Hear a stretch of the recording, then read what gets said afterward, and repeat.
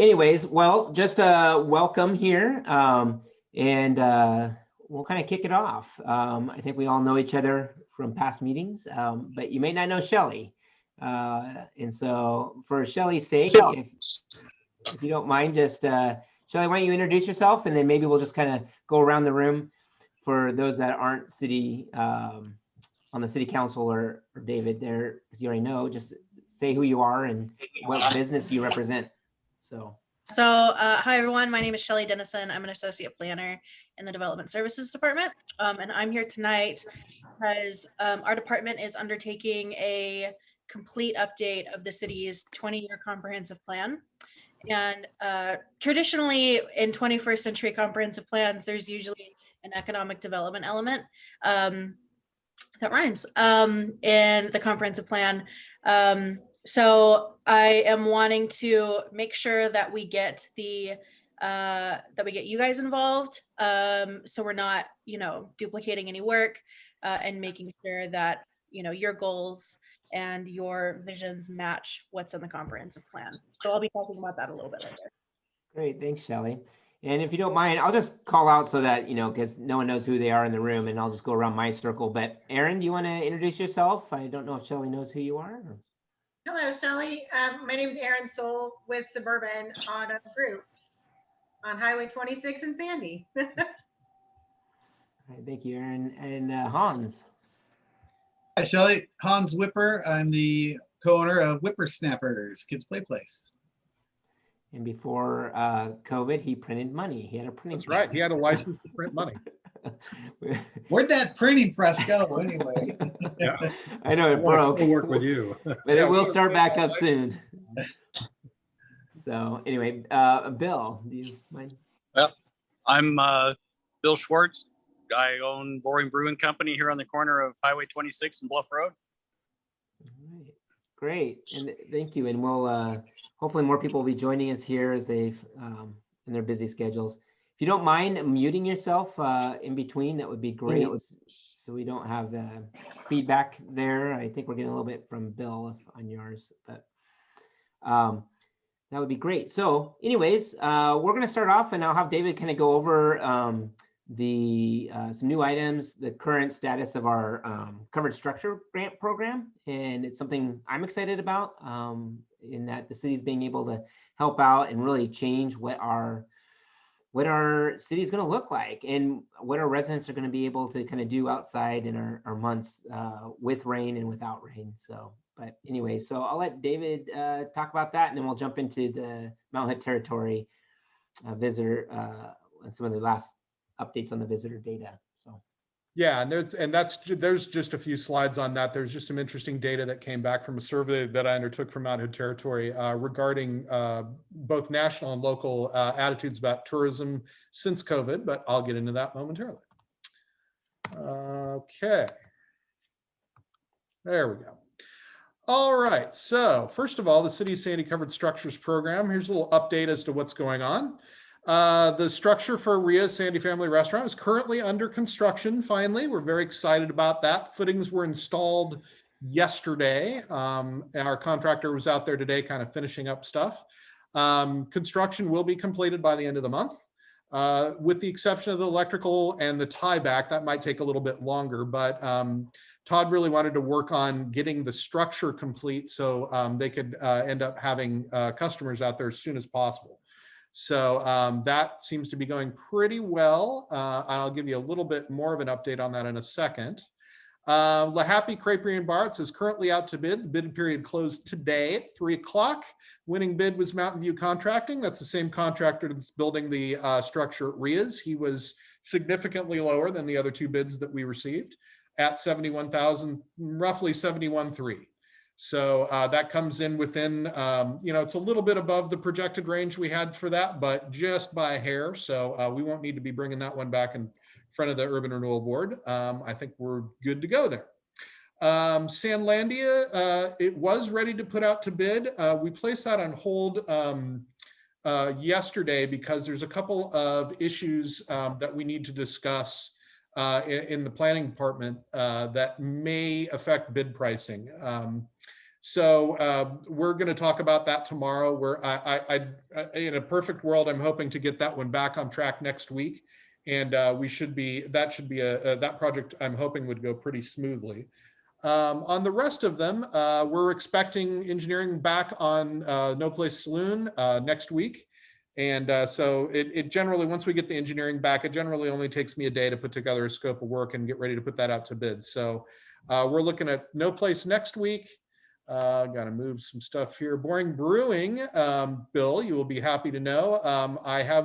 I talked to Todd just yesterday about this, and he said Boring Brewing's back on track, and he says he's close to being done. So we're looking for that one the following week, and Red Shed the week after that. And then the two other projects that need additional work, the Tollgate Inn, I actually did a site visit with a contractor that was recommended to me by the business owner today. It's somebody that he found that he thinks would make for a great contractor for this project. One of the things he was worried about in building a standalone covered structure out there was that's a pretty dark space to begin with. And if we covered it with something that didn't let light through, that would make the place almost prohibitively dark. So the guy we talked to today actually builds roofs out of an opaque material that is actually, I mean, really, really resilient. He said it could take something like, I can't remember exactly what he said, but something like 27 pounds per square inch of snow load and ice and all that, which is well more than anything we'd have to worry about here. And he says it's actually strong enough you can walk on the panels, which is pretty surprising. But I also got so we talked to him. We got him to add a couple of Sandy style elements to it. So he normally builds these with aluminum rafters and everything, but for the visible parts, he's going to use raw lumber to kind of conform with Sandy style. And the bid price that he showed me was actually under $50,000. So if we could get that done, that would be phenomenal. And then the beer den, there's still some design work work that we have to wait on there. And I've got another project going with All County right now that I'm anticipating getting work back on that any day. I'll have him start on the design for that as soon as I get that other work back for the little church.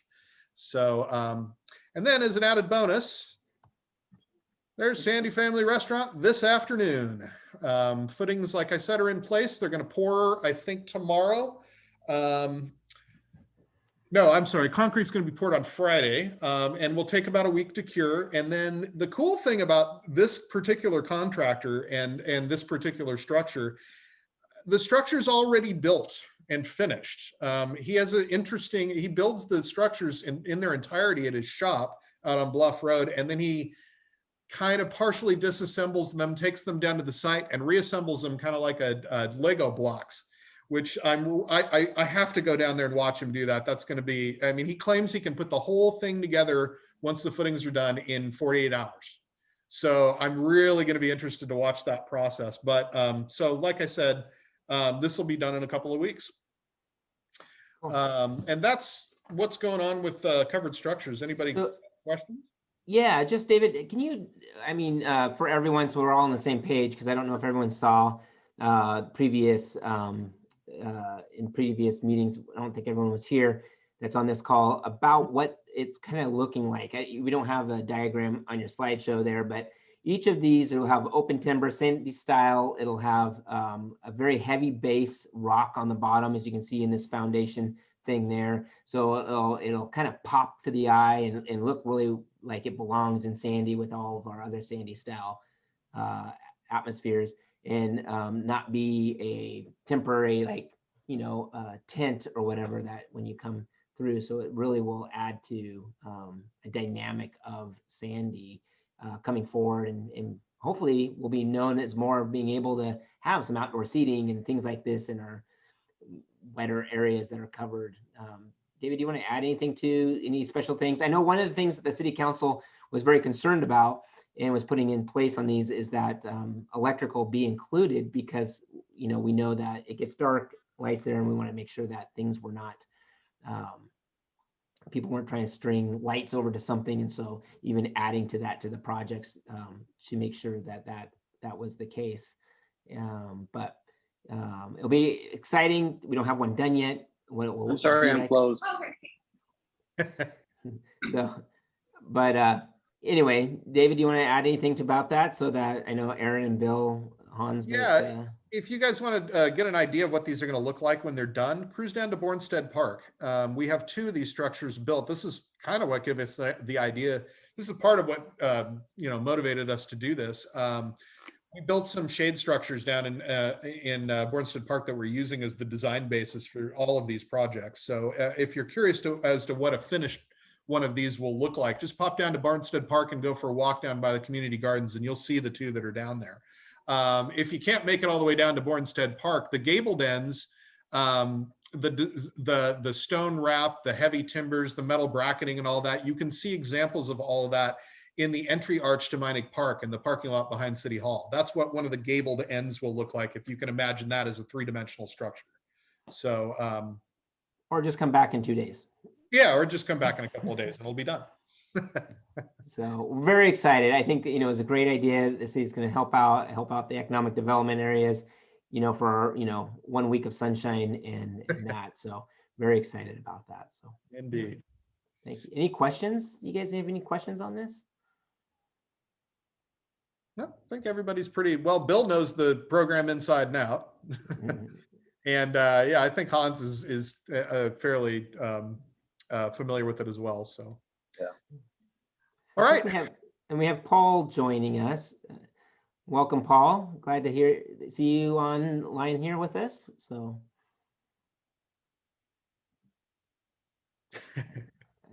And Paul, if you can hear us, congratulations on the sale of those properties down there. Okay, moving along. Here's the resident survey data. Recently, I took part in a regional tourism stakeholder survey by Clackamas County Tourism and Cultural Affairs, AKA Mount Hood Territory. The survey looked at the current state of tourism travel in the region and nationally to help determine how to move forward in the post-pandemic area. And the following data actually shows some positive trends for the area. Here's the first one. This is this shows kind of how people, oh, wait a minute. I have these slides out of order. The first one is about how people feel about travel right now. And you'll notice that the last reading they took, granted this was back in February, that's the lowest amount of people percentage-wise that feel that travel is unsafe right now. So we're definitely moving in the right direction on that one. However, we were still kind of 50-50 at that point. I would bet if you continued out the data on this, that number would be much lower now that we have vaccines available. So let's see, for the first time since the peak that we noticed up here at 69.4%, the percentage of people viewing travel cases has risen above 50%. Oh, sorry, I thought somebody wanted to pop in there. And this is going to improve as more Americans get vaccinated.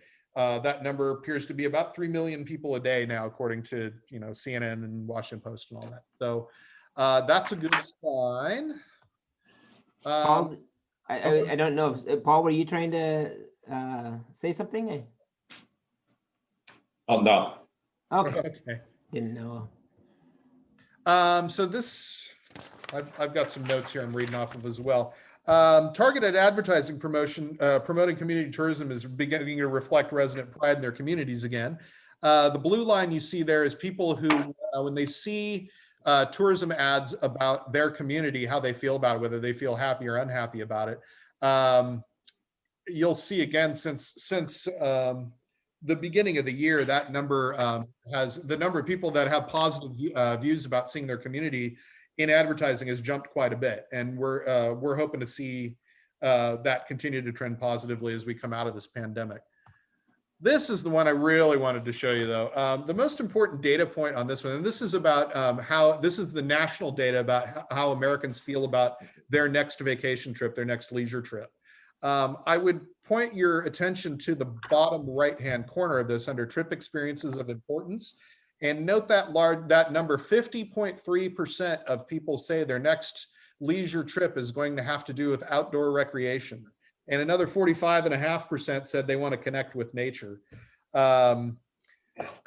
That's a really important thing for our particular, the kind of outdoor recreation tourism we have around here. If these data points are correct, we should be preparing to be overrun by campers, hikers, and mountain bikers in East Clackamas County this summer. So get ready. That to me is a really, really important data point, and it's really nice to see that people want to get outdoors again.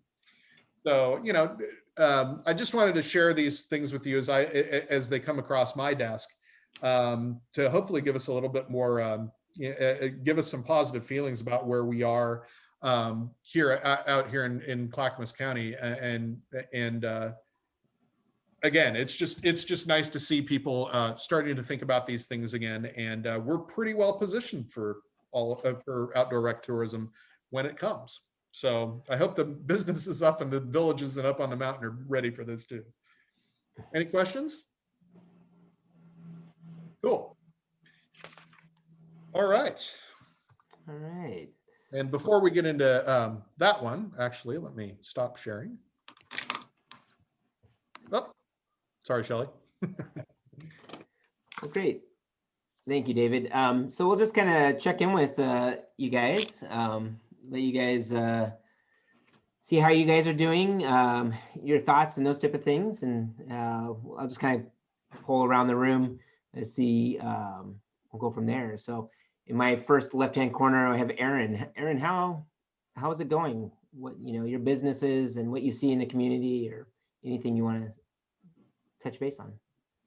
Well, I feel very fortunate. Our business has been going really well, but we're going to run up against a real struggle with getting inventory. Yeah. So if you've driven by and seen our lot, it looks pretty desperate. And all OEM manufacturers are facing this, but there's a global microchip shortage. And it's really, we were doing fine, and all of a sudden now and they don't expect it to get better until the latter half of the year. So that's going to be a real concern for us moving forward. So, I feel fortunate that the demand is there and the supply. So that's been helpful as far as, selling. We've been selling what we get, but that's a real concern. Wow. For us. So. It's interesting to hear you say that. Just on a personal anecdote, my girlfriend's Subaru had an issue about, she took it into Gresham Subaru 5 weeks ago with a problem with the computer, and they know what the problem is. 5 weeks, and they still can't tell her when she's getting her car back. Yeah, Subaru is hugely affected, but yeah, it's terrible. And so we have a ton of customers' cars that if they are down, it's usually one little part that we can't get. So the supply chain has been really affected. So it's a real concern for like washing machines. Like you can't buy a washing machine right now. Finding for any appliance, it's kind of an odd situation. It really truly is. And so that is for our particular business a big concern. Obviously, again, I just feel so bad for the restaurants and gyms after Kate Brown just announced this announcement again. So that's a whole nother discussion. So I feel very, very fortunate that but we're going to be in a real pickle when it comes to inventory within the next probably 60 days. Yeah, I've heard about that. I know a friend that was trying to get a new Ford truck, and he said that they've really cut down on the options on the model because of a chip shortage, right, or a component that last year's model will have more specialty features than this next coming one because of that. And then I see it in the tech industry as well. I'm telling people order now because there's a supply chain issue. So big time. And then there was a fire. Supposedly there's only like 4 microchip processors in the world, big, large ones. And one of them in Japan that supplied Subaru, Toyota, and Nissan, and Honda had a fire, of course, wow, about 2 weeks ago. So that's going to set it back even further. So tell your girlfriend she might be waiting. Well, they gave her a loaner, so we're okay there. But yeah, she wants her car back, and I keep having to tell her. It may not happen for a while. Well, thanks for asking. We feel fortunate. But if you ask me the question in 60 days, I might have something different to tell you. Yeah, you guys bring a lot of tourism as people come shopping too, and other things for our roundabout businesses. you're known well and wide in the Northwest, and so people come here as a destination for that. And You know, we just did some numbers just kind of the other day. Well, no, it's been a couple months ago, but 14% of our sales come from the Vancouver area. Oh, wow. Wow, no kidding. Yeah, and about 12% come from Bend. Huh. So yeah, we do bring people in. Yeah. Yeah. Yeah. So Aaron, how is your your interest rate going for your cars? Is it trending up or is it staying level? And For our floor plan? the interest rates on your cars, because I'm thinking the same thing. I'm in the real estate business, and there's been lots of Inventory. predictions of trending up for our interest rates, but No, they've been staying low, but there's no manufacturer incentives. So the good interest rates are from the banks, you know, and you can get credit union rates right now for 2.9, 2.7. But yeah, there's no rebates really on cars because they have nothing. There's no incentive to move the merchandise. So it's a time I've never seen before. And I know many of you know DJ, and I was asking him today, and he goes, never in my life. Usually our problems, what are we going to do with all this inventory? How are we going to get rid of it? And now we're going, how are we going to get some inventory? So Thanks, Aaron. Appreciate it. Hans. Well, hello, everyone. We're moving along. We're still here. We just announced yesterday we are opening up for general admission sessions on Fridays, Saturdays, Sundays, and Wednesdays. We'll have 3 2-hour sessions. And then yesterday they announced the different changes in the capacity, but we built in some wiggle room, so we're still okay. So we're moving forward. We have up to 20 kids and 20 adults per session, so 40 keeps us under the cap. We're also doing birthday parties and private rentals, and we still have our distance learning going on Monday, Tuesday, and Thursday. I think we've got 11 kids this month, so Awesome. that's been helping us pay some bills, and it's a little different model than we had before, because before it was just show up and come in, but with the capacity, and it's kind of a chance for us to change things up. So it's a 2-hour window. You pay ahead of time. You're guaranteed a spot in, so no worrying about waiting lists or anything. You show up, and then you have to leave after 2 hours. And we have an hour in between sessions for cleaning and getting ready for the next one. So we'll see how it works. Great. How's the daycare end of it going? It did not take off. Really? Yeah, originally we had over 40 emails of people interested, and we responded to all of them, and we got 1 deposit out of all that. So it was very odd situation, which we're not super sad about, because it really wasn't what we were wanting to do. It was something of survival, but having the daycare license has been great for us. It's opened a lot of different opportunities, and it allows us to be on a higher level with our camps and our summer camps going forward, and our parents' night out camps. And we're even looking at maybe in the fall, because we're assuming distance learning won't be going on in the fall, hopefully. Maybe we'll open a small preschool for midweek. I don't know. It gives us lots of options and funding options, and it's a good thing to have overall. So I'm not sorry we didn't get the license, but it was very, very interesting. We didn't get. A lot of people just wanted 1 day daycare, or 2 day, or they wanted 5 day, and we were offering Monday through Thursday. So I don't know. Still though, I mean, with the demand out there for those kind of services, that's really surprising to me. I think part of it is the school situation. Nobody knows what the heck is going on when kids are in school, when they're out of school, what they're doing. So I think that put a lot of people on the back foot as well. So, yeah. Well, and a lot of people have adapted to the situation, and right. Yeah. So we'll see. Interesting. All right. Thanks, Hans. Yeah. Bill. So we're still here, happily making beer and, waiting for the crowds to show up. We have, I don't know if you guys have seen it or not, we're actually opening our second location, which was a great time to do it up till yesterday. Where's the second location? It's down the highway, down on Highway 26, kind of by my, actually it's behind my old location. It's the Mount Hood Center, the big equestrian center. Yeah. I've had that licensed as Boring Brewing for a little over a year now. Mm. And so we finally had wiggle room with 150 people outdoors. We've decided Sunday afternoons are the Boring Beer Garden. So between this Sunday is the grand opening and through the end of June, I have bands lined up every Sunday afternoon at 2. We'll be open from 12:30 to 6. And I've got food carts coming in for each Sunday. So there'll be food, We gotta go there'll to be one stuff of for the kids. It's all family friendly. Live music every Sunday. And it was going to be great at 150 people. We'll see how 75 do. But, you know, that's giving up our Sunday day off for giving this a try. Cool. I hope it works out well. It sounds exciting. Look forward to visiting that myself. So Yeah, if nothing else, we'll have fun. I'll figure out where to make money somewhere. But right now, we're just, I gotta say, we're pretty well blessed. We've got good regulars. Even when we were shut down, they came in and bought beer to go.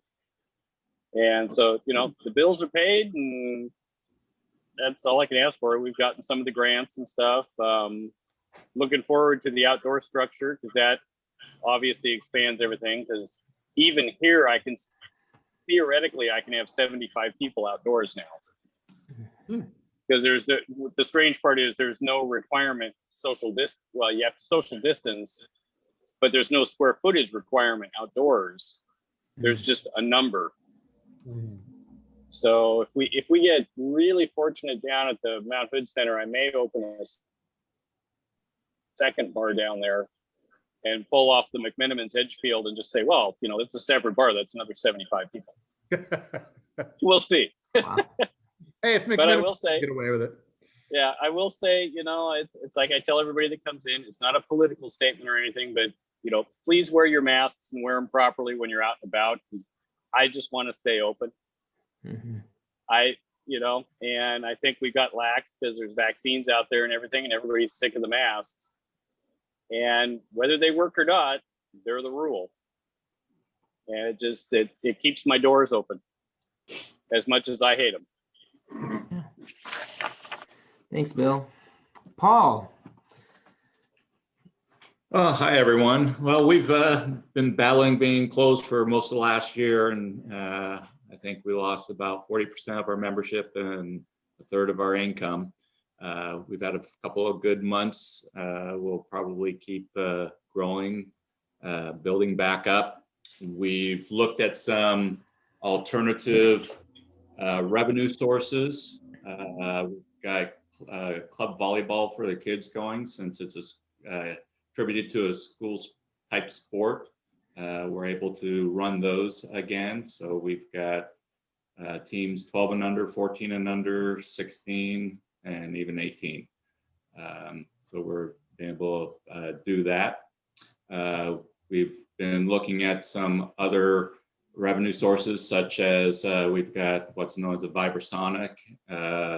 It's a vibration platform that is generated by sound, so it can target different wellness issues. We've had great success with people with neuropathy, where they can actually start feeling the bottom of their foot where they haven't been able to, and even some brain injuries people, where their cognitive reasoning is improved, their short-term memory is improved. So we're looking at doing even more with that. We added hydro massage tables and regular massage chairs that people can have on a daily basis for $10 a month, and that's being pretty successful. So we're doing red light therapy. So we're looking at all the different avenues to generate other income. One of the things that we have seen is I've never seen so many teenagers in the club before in my life. They're all in the weight room, and it started off with the guys, and then the girls showed up, and the more guys followed. So it's kind of the way that goes. Funny how that happens. Yeah. So yeah, we're just going to keep muddling along and building it back up, and hopefully we don't get any more restrictions. So the hard part is with the mask, we don't see that many people doing the cardio stuff because it's just hard to breathe. Yeah. So they're really hitting the weight room and some of the other things. So we did have a question for you, Paul. I'm glad you did jump in before you got on. We were asking a question, and I don't know if you can answer this, so we don't want to overstep our bounds. And if you can't, that's fine. But we've noticed, or some people have noticed, that the 2 lots that you own in front of your athletic facility there have gone sell pending. And so, we respect if you can't say anything, and we'll wait. But if you are able to, that'd be great. I know we've come up with our own rumors about what and who maybe bought that. Well, I'll give you a little overview. Is he all right with that, talking about it? The Yeah. buyer? We've been sitting on them for quite a while, and we were about ready to do something ourselves. And what we were going to start the process literally by this time was we were looking at doing food carts with a large pavilion and some recreational around it, a couple of sand volleyball courts, a couple pickleball courts. The smaller lot would be overflow parking because we wouldn't want to interfere with the club. And literally, I mean, I was within a week of getting plans and all that, had rough drawings and all that. We were approached and by someone with looking at doing exactly the same thing. So cool. Instead of taking the risk, we put a deal together and take the money. And he's going to pursue that avenue, which I think will be great for the city. So it'll be a good sized pavilion, every bit of 40 by 624, 3,000 square feet with garage doors so it can open up, fire pits, and probably some recreation. I haven't gotten the details of it, but you know, it's going to take another couple of months to get through plan and review with the city. Sure. Well, that sounds exciting. Kind of stocked up, so it should be pretty make for an exciting area right around there. Oh yeah, very exciting area. So, well, thanks, and we respect the fact that we know that you can't necessarily discuss certain things, and we understand that and respect that, and we can be patient. I'm always the guy that can wait for Christmas, and there are other people I work with or friends that they can't wait 30 seconds for Christmas. They open it, you know, in November. So anyway, so if I've frustrated other members on this committee for not knowing, we'll just wait. Yeah, it should be exciting. I'm sure word will get out once it's you know, goes through the city process. Yeah, yeah. And there's always rumors that already spread that who knows. So, but thank you for the update. It's glad to see you here today as well.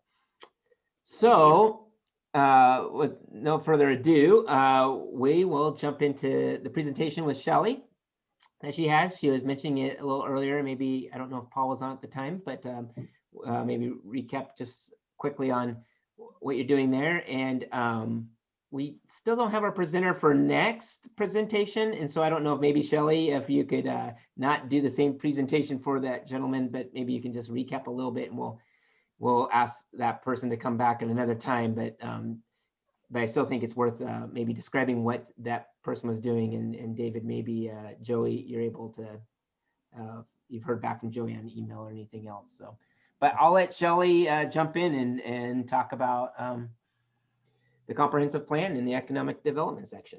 Great, thank you. So as I mentioned at the beginning of the meeting, Development Services is undertaking a complete update of Sandy's comprehensive plan. So David, will you go to the next slide?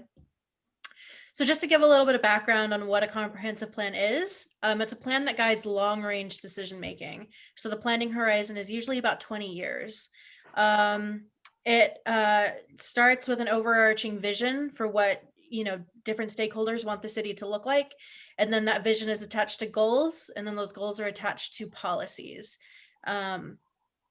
A really important piece of doing the comprehensive plan is that we need involvement from all different kinds of stakeholders, from residents, from business owners, from community leaders, all different kinds of stakeholders. We definitely want to have involved in the comprehensive plan update. It's also required by state law. It's based on, Oregon has 19 land use goals that typically municipal comprehensive plans in Oregon kind of focus on those land use goals. But David, if you go to the next slide. It's becoming more and more common in the 21st century for these comprehensive plans to go beyond just land use and to include other elements that are maybe more indirectly related to land use and development. So these are just some examples of different kinds of elements that, you know, other municipalities have put into their comprehensive plans. These aren't necessarily going to be, you know, the exact or the only elements that we'll be including in ours, but I just want to give examples. But definitely, David and I had a conversation, and it sounds like it would be beneficial to have an economic development element in Sandy's comprehensive plan update. If you go to the next slide. So what that would include is it would start with kind of an existing conditions analysis. We would look at past trends, any kind of future forecasting we'd be able to make, and then including a pretty robust market analysis. It would also include some long-term goals and policies. So again, thinking in that 20-year horizon. And what those goals and policies, what I really want them to do is to support and guide the shorter term, more strategic plans that the Economic Development Committee works on. One of the things that I'm interested in getting your guys' involvement in is having the Economic Development Committee as an advisory body to the comprehensive plan update. A lot of cities have, you know, these different kind of advisory committees, and a lot of times they'll include a business advisory committee where they'll have business owners in the community involved in, you know, the economic development portion of the plan. But since we already have the Economic Development Committee, I figured that this would be a good group of people to sort of form that advisory body for the comprehensive plan update when it comes to local business and economic development and economic growth. If you go to the next slide. So I just wanted to share a couple of other cities, just some examples of what they've done. So this is a page from Hillsborough's comprehensive plan. This is just an example of one of their goals: diversify and expand the economy to give Hillsborough, the region, and the state a competitive advantage. So this is typically, you know, this is pretty normal for a comprehensive plan. They'll have, you know, a handful of goals, and then under each of the goals is a set of concrete policies. So some of Hillsborough's policies are to, let's see, theirs are still a little subjective, which isn't necessarily a bad thing. So they talk about workforce development, business diversity, competitive business climate, right? These different economic development policies that are going to meet that goal. If you go to the next slide. This is Bend. This is a page out of their comprehensive plan. So they list out all of their goals at the beginning, looking at a diverse, sustainable economy, being a regional economic center, create commercial areas, right? So these things that are maybe directly and indirectly related to land use and development, but focusing on thinking about economic development in a 20-year planning horizon. If you go to the next one. And then this one's finally just another example from Beaverton. So this is one of their goals: maximize efficient use of the city's employment land. And this one is more directly related to land use and development. So if I would love to send you guys links to these plans if you are interested in looking through them. My favorite is Hillsborough's. I think they did a phenomenal job on their comprehensive plan update. But I would be happy to send over links to these different documents from these other cities for you to take a look at and get an idea of what an economic development chapter in a comprehensive plan looks like. If you go to the next slide. So some of the next steps, the first one is to determine the capacity for this committee's involvement as an advisory body. So I don't want to put too much work on you guys, since you all obviously are business owners and put in a ton of hours running your own businesses. But I also want to make sure that the responsibility is meaningful and impactful, and that your involvement isn't just lip service or just superficial, but really meaningful.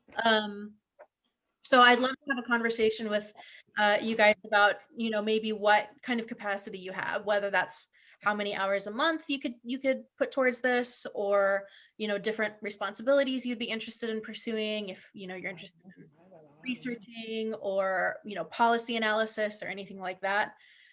Another step, this is optional, just kind of an idea I had, is to have a committee liaison. So somebody whose job it would be to kind of go between the Development Services Department as we're updating the comp plan and the Economic Development Committee.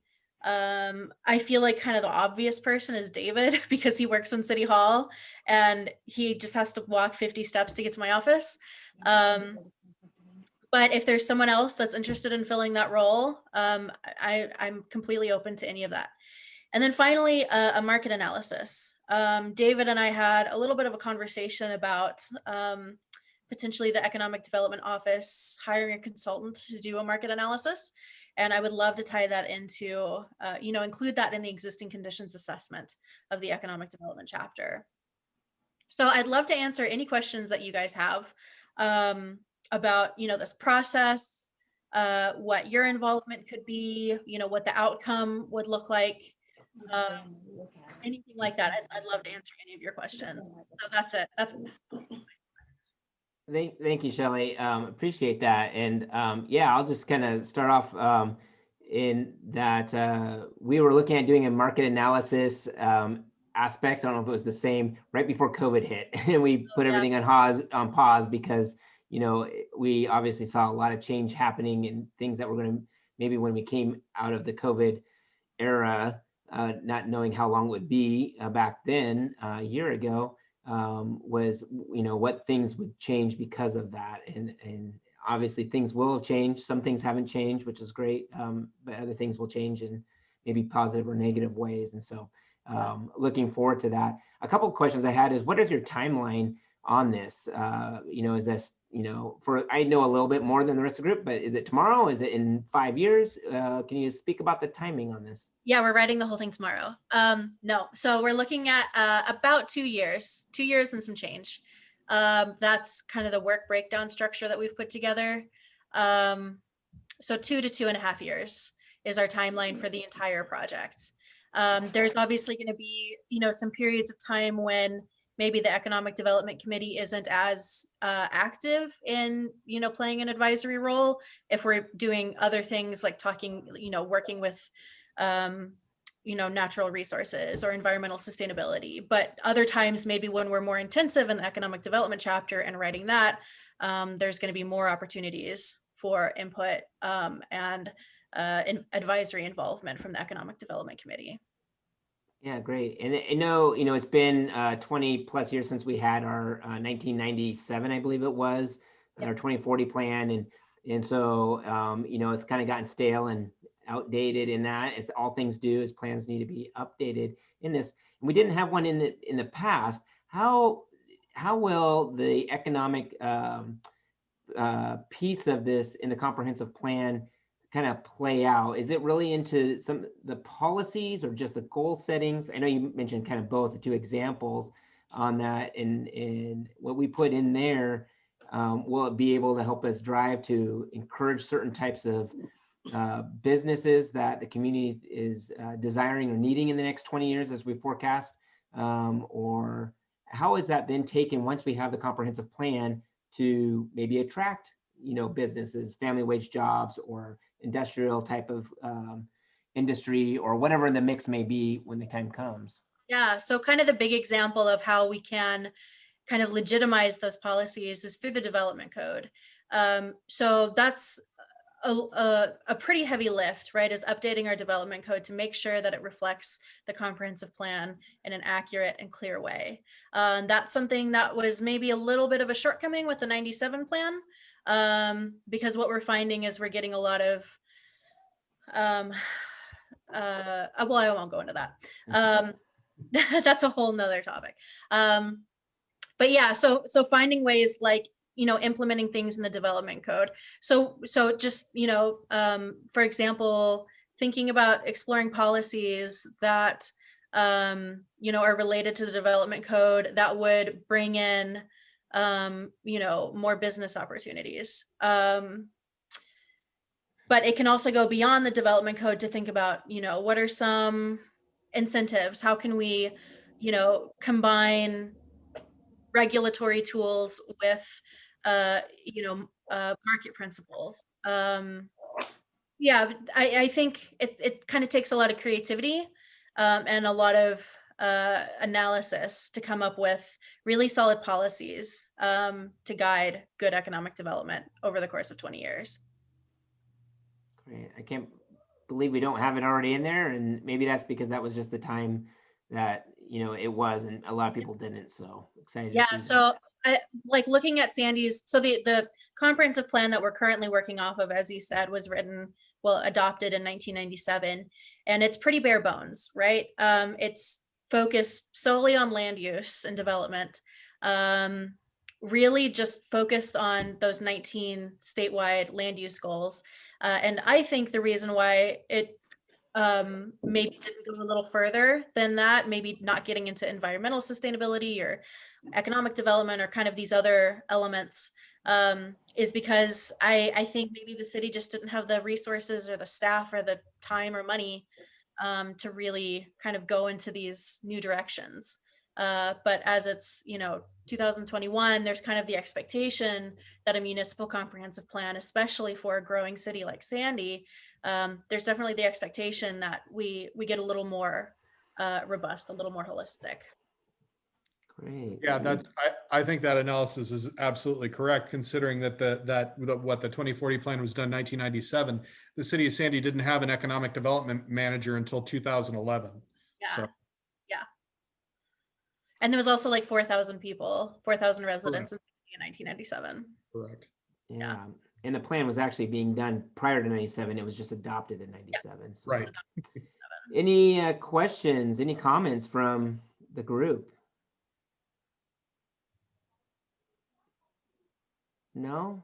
Okay. There doesn't need to be. I mean, I don't always like being the talking head, so I just want to make sure everyone has the opportunity to speak or questions out there. It's exciting for the council just to get this comprehensive plan, because we've ran into issues in the past that, hey, if we had updated the comprehensive plan, we would be have been advantage to the city. But it does take a lot of time. As we found out, we were like, hey, can't this be done in like the next 3 months? No, it's going to take a few years.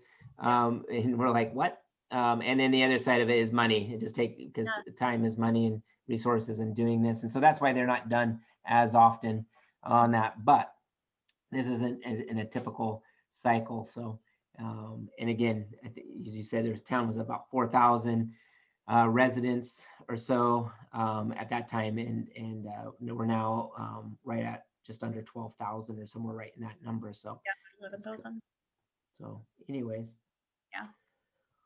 All right. Well, hearing no questions or discussions on that, thank you, Shelley. If you don't mind, we don't have our presenter, so this will be a shorter meeting, and not asking you to do a full presentation at putting you on the shot, Shelley, but of Joey from Rogue Fabrication is a business in town, and is found a piece of land that combination with them and the landowner had asked to rezone their property to a different zoning to allow for some light industrial in that. Out of that, it got great kudos from the council and a lot of excitement from me and others as bringing in some industrial manufacturing jobs that we lack, I think, a lot in. And but want to maybe, Shelley, if you can talk about it, because I know you were in the planning department and worked through this process, and Were you the lead planner on this? I was the planner of record. Oh, perfect. I thought you were. I thought you were. So, and I don't know if you had any, probably not at home or wherever you're at with the things, because I know this was spur of the moment. Could talk about in that, and not in great depth. We'll invite Joey back at another date. Not sure what happened there, and some confusion and not for maybe the time or date for being here, but we can invite him back at another meeting, because I think it's a great proposal that they've got going on, and we possibly want to encourage others to do some similar things for this type of land. So go ahead, Shelley. Yeah, so Joey runs a company called Rogue Fabrication.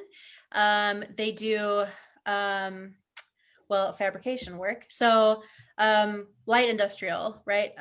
Manufacturing. And they found a piece of land off of Champion and Industrial that was zoned as I-1, which is industrial park. I'm trying to remember all of this. So it was zoned as I-1, and Joey was interested in potentially rezoning it to I-2. And his reasoning was, I-2, which is light industrial, has less kind of those Sandy style architectural requirements. We're less strict in I-2 districts on that. And the whole kind of intent behind this idea of industrial park versus light industrial, and where we require kind of those robust architectural styles is what you can see from Highway 26, right? So when we have people driving through on Highway 26, we want them to be able to see really nice looking buildings, even industrial buildings, even manufacturing and warehousing. But this particular lot off of Champion and Industrial was set back quite a ways from Highway 26. And driving down Highway 26, you can't see it from the highway. It's screened by a couple other buildings, a bunch of trees.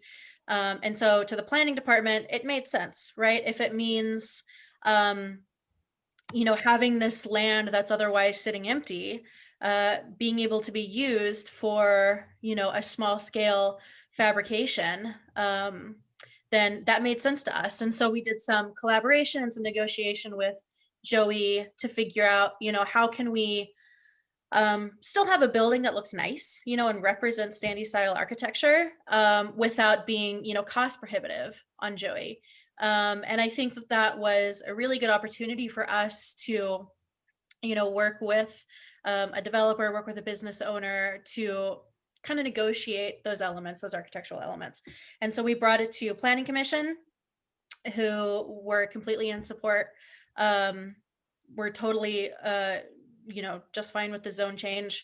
And then we brought it to City Council, and it was, I was talking to Councillor Hokinson afterwards, and he said, it just made sense. We probably didn't even need the presentation, that it just made sense that if we had this, vacant lot that wasn't being used, if all we had to do was rezone it to get, this great use, the 97 comprehensive plan talks about, we want kind of these small scale under 5 acre and light industrial land uses. If rezoning it and, being a little more flexible on architectural requirements meant getting that goal met, then council was completely on board. And so I think this is a really great example of, council recognizing the importance of, industrial uses.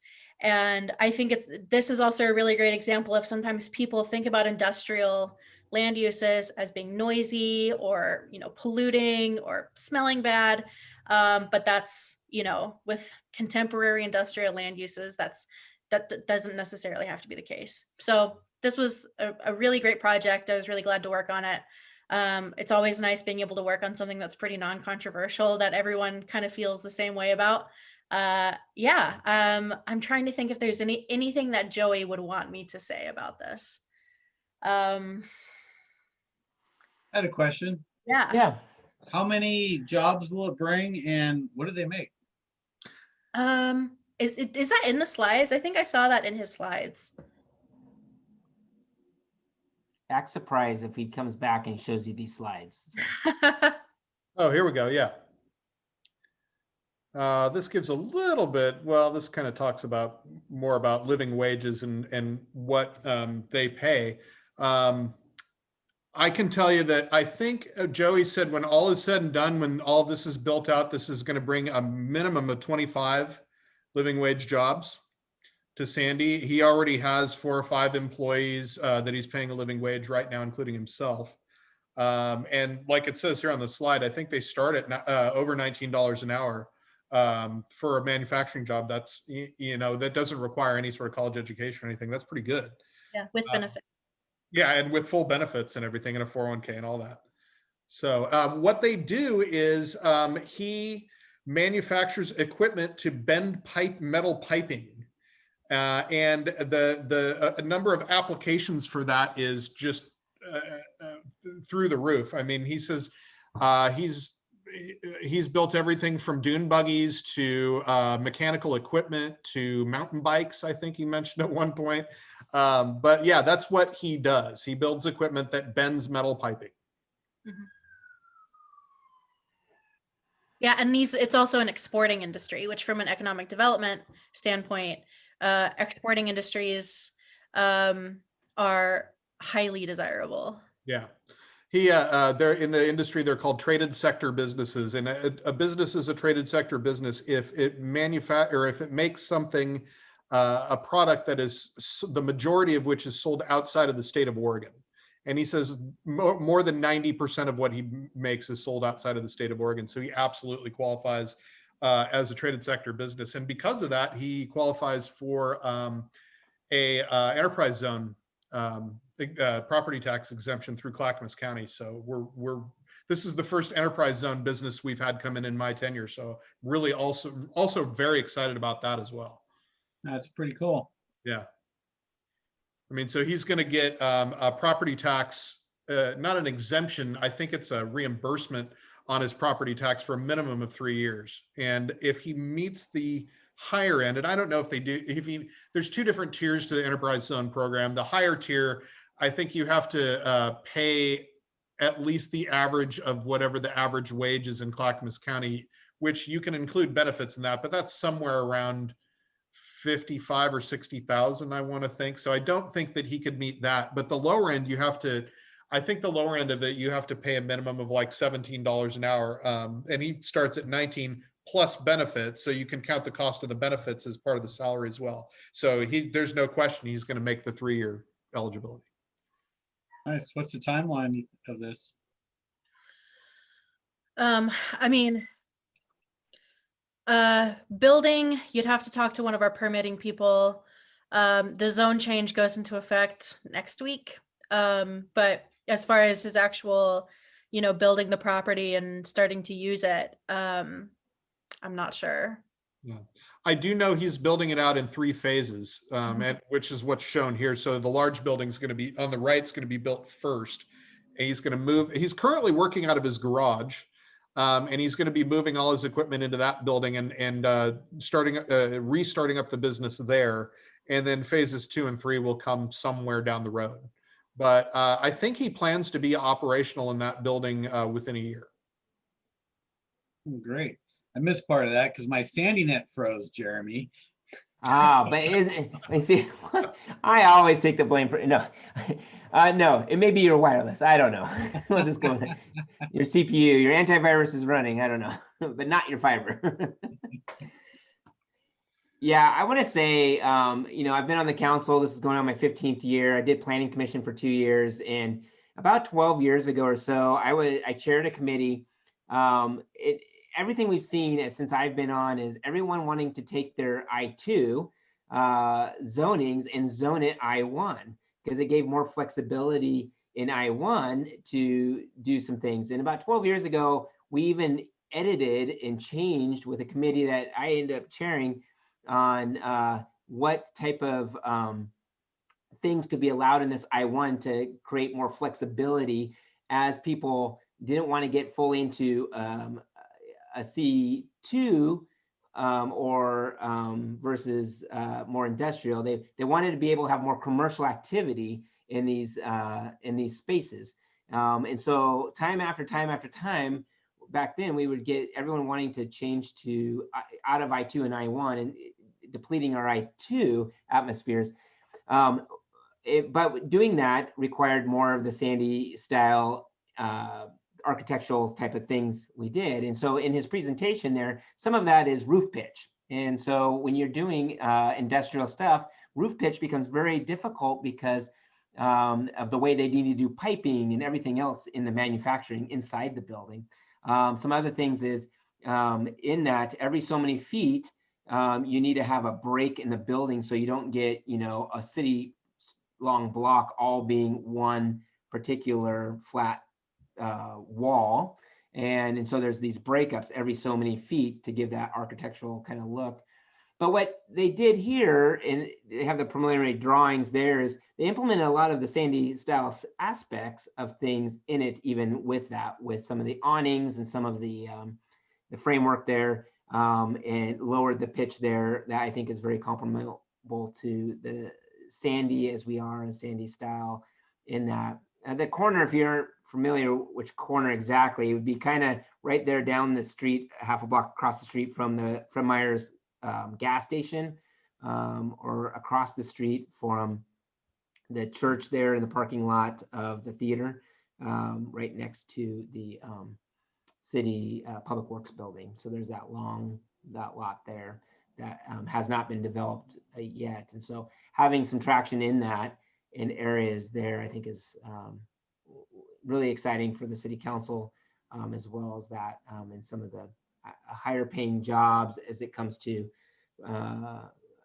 that we may not see in some of the other types of commercial aspects that we would see in retail or some of that. But are there any questions from the committee? Hans asked some great questions, but Paul, Bill, Aaron? No? Actually, I have a question, Shelley. So when you go to apply to change zoning, you said this went fairly quick. What does that mean in city terms? Yeah, so any application that we get, well, that's not entirely true. So typically, if you're requesting just a zone change, so if you're wanting to go from one industrial designation to another industrial designation, or one commercial designation to another commercial designation, the city has 120 days to process that application. And that 120 days includes the planning commission meeting and the city council meeting. If you're asking for a comprehensive plan change, so if you're wanting to switch from industrial to commercial or commercial to residential, right, wanting to change the land designation entirely, there actually isn't a deadline on that. I will say, however, that our department likes to stay on top of things. We don't, we're really big on customer service and making sure that we're not unnecessarily drawing things out. And we definitely make it a priority to make sure that, the folks that we're working with, the developers and the business owners, that we're getting, as quick of a turnaround as we're able to. Okay, that's good to hear. Thank you. Yeah. Shelley, do you know off the top of your head how long the turnaround was on this one? I can find out in about 3 seconds. Okay. I'm just curious. Yeah. So, let me see. That's quick city time. It is, yes. When you're talking about like bureaucracy and government, 120 days is like the blink of an eye. Let me see. Rogue. So we received the application. We got all of the, they must have extended the 120-day clock for some reason. No, they didn't. So we got all of the application materials on November 24th of 2020. 120 days after that would have been March 24th of this year, but it went to council on March 15th. So we're kind of right up against that 120-day clock, but it did require like the full application review plus planning commission plus city council. Yeah, any zone change will need to go in front of the city council. Yeah. Any other questions? All right. Well, hopefully you guys see something or a process that you like, maybe not, but we love all opinions. And hopefully we can get Joey back. One thing that was nice about listening to Joey was he was exciting to talk to or present, because you could see he had some passion in what they're doing and creating a great product. And visually looks nice as well from what we see. But so that was why I was excited. Plus, he could talk about his business that he had and coming to town like that, because we haven't seen a business like his in a long time come to town. I can't think of the one prior to that for part of the industrial side of things. And so I thought that was exciting. And so we'll try to get him in the future to talk about his business in some way, because I think it'll be good, and maybe it'll spur on some ideas with others of other people that might be complementary businesses in that type of zoning that may piggyback on some of those things as well here in Sandy, as we lack a lot of that here. I know Kurt has a similar type of industrial type of business. He's outside the city limits there, but it is great to have people grow together in those ideas. So anyway, thank you, Shelley, for stepping in. Of course, yeah. And Joey also, my understanding from that presentation was that he had some pretty interesting advice on, maybe things that the city of Sandy should consider, changes we should consider making in our code for industrial businesses like that. And that's what I was really interested in getting some committee response on, to see what you guys think about that. But yeah, we'll definitely get Joey back. I agree with Jeremy wholeheartedly. I mean, Joey is a great person to just talk to. He's really fun to listen to. Like Jeremy said, he clearly loves what he's doing. And in my opinion, I think that having more businesses like that here in Sandy would definitely be an advantage to our city. It would help diversify our economy a little bit. It would provide more living wage jobs, which means more people interested in maybe buying houses and living in the community as well that they work in. There's no downside to this type of business, in my opinion. So. All right. Well, anyway, Shelley, thank you for joining us tonight, and sorry for throwing you a curveball like that, but you performed admirably, man. That was great. I realized I left out one thing from my comprehensive plan presentation, which is something that you guys as business owners a really important role that you guys could help us out with. So planners, we have these things that we call third places, and you might know where they are. They're not the place you live and not the place you work, but all of the other places that you go. So church or a cafe or a brewery or, somewhere where, a business where you bring your kids to go play, right? These third places, right? The athletic gym. Yeah, exactly. Gyms, local businesses, all of these places where people go. So one of the things that we're looking at for public outreach is and public engagement is using a combination of like traditional tools and more modern tools, right? So the traditional tools are, like the in-person things, open houses when that becomes safe to do so. Maybe sending something out in a water bill, and then more modern things like having a dedicated web platform for public engagement. And something that would really help is including, third place engagement. So that might be, setting aside a space where, when people are coming in, where maybe there's flyers announcing an open house, or maybe there's, an 11x17 poster hanging up explaining like, here's, the comprehensive plan update, and here's a website you can go to share your opinions. So I see local businesses and these third places playing a really important role in kind of using that more traditional in-person engagement by helping us kind of release those materials to the public. So if that's something that you're interested in doing, if you're willing to let us put some flyers or a little poster up, that would be incredibly helpful for us to try to be able to reach the public. Great idea. Thank you. Yeah. So true. Well, I can say from my place, I'm all in. Great. Cool. Thank you, Bill. Anything, just holler. Awesome. Thank you, guys. I figured you would be. I just didn't want to show up with a bunch of flyers and be like, put these out, Shelley? Yeah. This is Lila. Paul and I are here listening. I have a question. Sure. Do we have a list of the businesses in Sandy that have gone under due to COVID? And if we have that comprehensive list, I would be curious to see if there's any specific, besides just restaurants, which is a volatile business anyway, but what have we lost that we would want to re-include or re-incentivize through our policies and codes so that we could reignite the interest in having those kinds of businesses in Sandy. I just don't know what we've lost. I know that I don't know how the theater is hanging on. And for us, that's definitely a third place. I would hate to lose it. I hope we don't lose it, but I'm curious as to what we've already lost. And then if we identify what those are and how important they are, it might be a third place that we want to try to create a policy or a part of our comprehensive plan that we incentivize those kind of businesses to come back for livability. Absolutely. I 100% agree. If we don't already have that list, I'm just kind of thinking off the top of my head, if we could analyze business license data, right, from the past couple of years and then from 2021 to see who didn't renew a business license, right? If we could use that as an indicator of who wasn't able to stay open during COVID.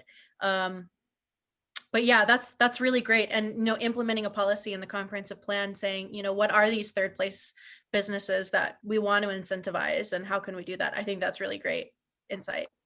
Yeah, that's great. I think David's been keeping track as close as he can when people have informed us of that, but also part of that market analysis, that study that we were going to do a year ago, and we paused on purpose because not knowing where things were going to end up with COVID, with what you were talking about, Lila, that we have not missed that by doing the study too soon, and because it's going to cost some money in that study. So great idea and things that we have been thinking about as well, but making sure that we act on that here as well will be very helpful. And Lila, I can give you a list of the businesses that we've lost that I know of. I was just kind of making a little list of them as I was listening to you guys talking. The ones that I can think of off the top of my head right now are Wolfpack Theater, Little Cubs Daycare, Lori Ryland Studio, the art gallery that was on Pioneer, Island Teriyaki, and I don't know why the name's escaping me, but there was a corporate tax business on Proctor right there on the corner next to Ria's that we lost. And then we lost a couple of, or maybe 2 or 3 small 1 to 2 person businesses that were in the AEC building. And I wish Ernie was here tonight. He could probably speak to that a little bit better. The problem there is, other than Wolfpack Theater and Lil Cubs, I don't think any of the rest of them, like Lori Ryland, she was just using the studio here to teach classes. It wasn't an actual studio, and she just decided to pull back until COVID was over, and then she might be back. But the rest of them, I'm not sure that COVID had much impact. I'm not sure how much impact COVID had on them. Some of these businesses were probably on their way out anyway. So, right. Okay. So of those, the other thing I was thinking about was I'd be interested to see the comprehensive plans that Shelley was talking about, because as we grow Sandy, obviously we don't want the same exact plan as Hillsborough because they're huge. I think Hillsborough is not worried about keeping a small town feel while still, growing and accommodating. I think what you guys probably come up against all the time is Sandy's too big. We've got too much traffic. How do we keep Sandy, like big enough to fit your needs, but small enough to still feel like home? And so I would be interested to see what those cities have as their comprehensive plan and adopt the parts of those plans that find a balance between what I always hear Sandy residents saying, which is, we loved it here because it was small. Now it's getting bigger and we're a little nervous. Yeah, completely agree. when it comes to planning, local context is everything. And it's an easy habit to fall into, to look at other cities and say, oh, we want this, so we're going to put this here. And we want this from this city, and we're going to put this here, without necessarily taking into the local context or what, residents actually want to see the city look like. And so it's good to kind of, use these other cities' plans as maybe examples, or maybe, things to just kind of, get the brainstorming process started. But local context is everything. I completely. Well, the other question I have is, are there other towns in Oregon or anywhere really that have very, very high livability ratings that are about our size or just a little bit bigger, and look at their plans and see what the next steps are? Because if someone's already kind of done it right, kind of look at what are the next things that they brought into their town that still created a high livability among the opinion of their residents. Yeah, that's a great idea for sure. We're in kind of what we call the pre-visioning, kind of the planning to plan phase. And so I'm doing an inventory of, other Oregon cities, what they have in their plans, what kind of goals and policies they're pursuing. Just to kind of, see, what are other cities doing? Not necessarily to, make Sandy look like another Oregon city, but to, get us thinking about, what are some other cities that maybe have, desirable pieces that. Yes, exactly. Yeah. Cool. Yeah. Thanks. Yeah, the comprehensive plan is got a lot of aspects to it, and the economic side of it is kind of new on this, but I'm glad that it's something that we are looking at putting into the overall scope of it, because I think it would be quite a shame not to in that. And I think we're going to have a lot of community input and as well from our community as well. And I think that market study as well is really to look at what the residents are looking for in our community, and not just us as a committee or that, but actually kind of forming the questions as a committee. We kind of put things together, but then take it out and let a third party go and bring us back the data after they've done the surveying and the research for that, to really find out what people all around us are telling us that we want for a couple things: livability and sustainability, and those type of things. We may find we need more of XYZ in our community because that's what everyone's desiring, and no one knew that then we can use in a flyer, or to help encourage or create in our plan during some maybe incentives with the development code, or those type of things that we could do to incentivize, and maybe not incentivize with money or anything like that, but incentivize in the process. To encourage, or to proactively kind of go get, let's say there's XYZ, we need a widget buying whatever, and everyone wants that, right? Or more clothing stores. One of the things in the past has been not enough women clothing stores. People have really desired that in our community. And I go back to the time when I had a couple of exchange students living with me from the Czech Republic. Their college, it got them jobs here. They lived with me for the summer. It was great. And they're like, we need to get socks. Where in Sandy can we get socks? And I'm like, there is literally no place in Sandy. This was before Fred Meyers. There's no place in Sandy to buy socks. There's no place to buy socks in Sandy. They come from a small community there, and then there's lots of stores that you can buy clothing. And I'm like, no, we're gonna have to go into Gresham to buy socks. And it made me go, wow. When Fred Meyers came in, it was bittersweet. People say, oh, we'll never shop there because it's gonna kill everything else. But in other aspects, a lot more people stopped here from down the mountain or around because they didn't leave to go to another community. And when we look at it from a livability point, we can stay in our own community to shop. So give or take the size of corporation of Fred Meyers, we won't go into that debate, but more of what our community is requesting, and then taking a look at that data from a non-biased opinion. So it's exciting times. And fortunately, we're getting to a size now where because our economy in our community is, business community is kind of retail heavy for a reason. I mean, there's a lot of people that we don't have a lot of, industrial jobs here, but we do have a lot of people that want to live here. But we're now starting to get to the size, not just within the population of the city of Sandy, but because we're the market center for an area that contains about 45 to 50,000 people, we're starting to generate a lot more interest and from these type of retailers. Tractor Supply is a great example. They found out how fast we were growing, took a look at the area and said, we have to be there. And now we have another competitor of theirs that is looking for space around here too. Now, granted, I mean, I don't know that half a dozen Tractor Supply stores are going to help Sandy too much, but it's an example of they're starting to take notice of us now. And so this can, being able to do this market survey and, really dial in what it is that our citizens are looking for could end up being very, very helpful in the next year or two. Cool.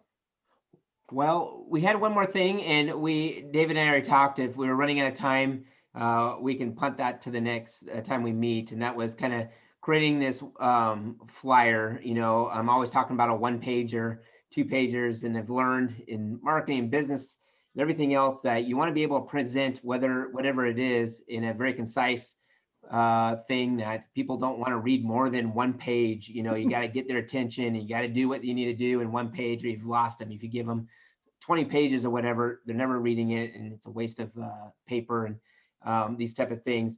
But in doing that, and so we've had one done a long time ago by our old city manager, Mr. Lazenby, Scott Lazenby, or Dr. Lazenby.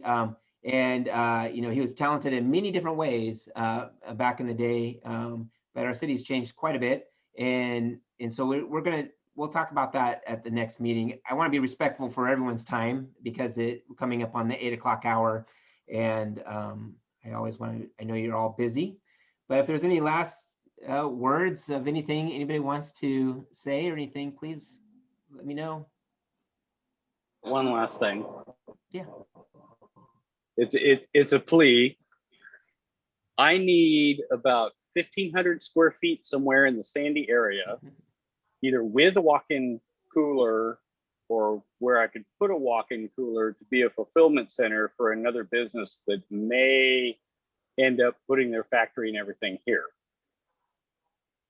But right now, the need is 1,500 square feet to do a fulfillment center that we can put a walk-in in and have a shipping department.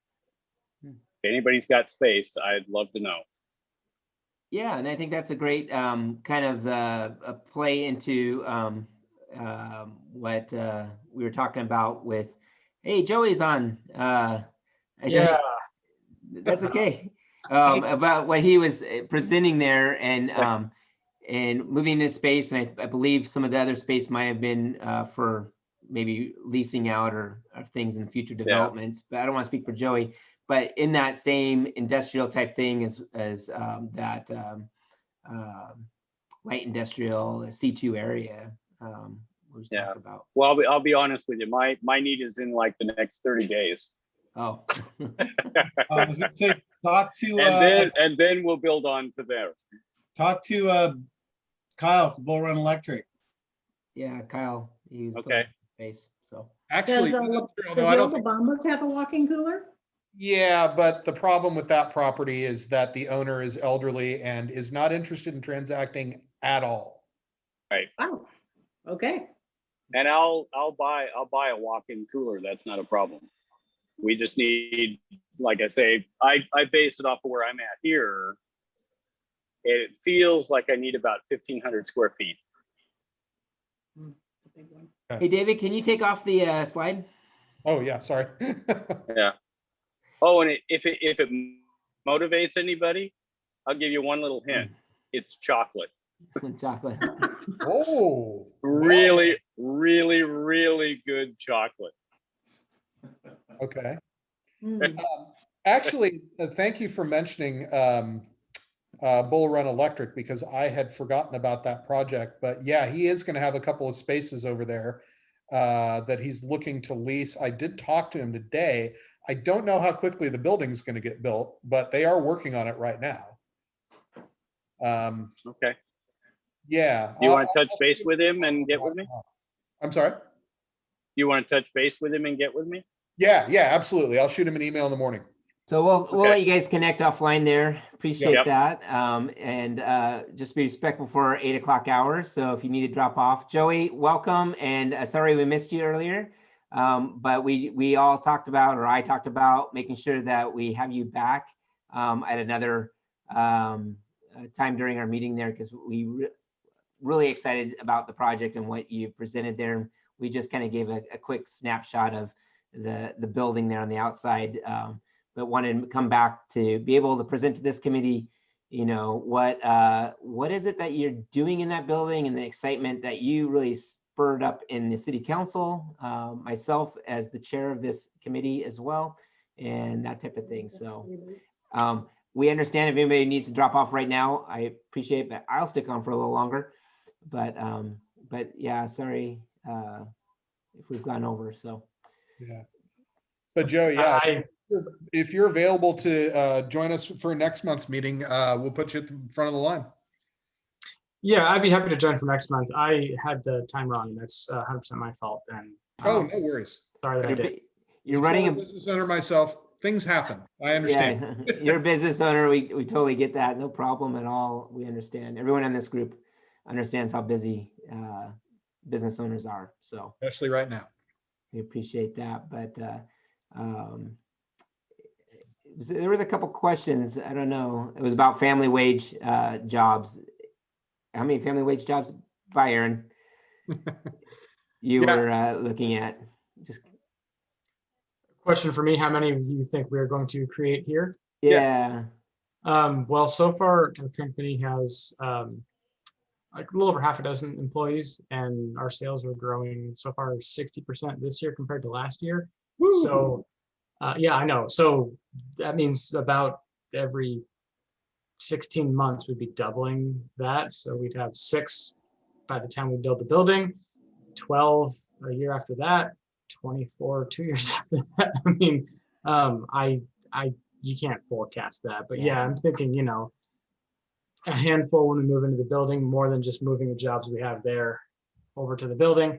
And then, you know, obviously there'll be help with the construction, but once the construction is done and we're just working like normal, I would think we'd probably be adding a position every few months, you know, actual contributing manufacturing person. So nice. Cool. Yeah, no, thank you. And I don't want to steal all your thunder there, but for next meeting, one last question. Was your business going to take up all that space when you build it out, or are we looking at leasing out half of that? You know, we started this about 10 or 11 months ago, and not with the city, with the real estate part of it. And back then I was thinking, oh, well, I could build about 15,000 square feet on the south end of it, and I could occupy that. And then I could build the rest of it and then build it for my type of business, but then lease it until I need it. And it's looking like I probably, as soon as I was able to build it, probably need it at this point. So it kind of depends, but we might, you know, if we can build it before we actually need it, we would of course entertain leasing it to another business that's got an approved use within Sandy. So sure, yeah, no. Well, we'll let you present in that, and excited to have. And not everyone was here from our committee as well, so hopefully it can be more people here at the next meeting when we hold that, and we'll definitely have you back. So cool. All right, everyone, thank you so much. Thank you again, Shelley, for coming and presenting, and really? we'll see you guys later. Councilor Peetzold, yeah, can I steal about 10 minutes of your time? Sure. Okay, let me send you a Google Meet invite, because I think as soon as drops off, it's going to close the Zoom meeting. Yeah. All right. All right. Thanks. Bye. All right. Thanks, everybody. Yeah.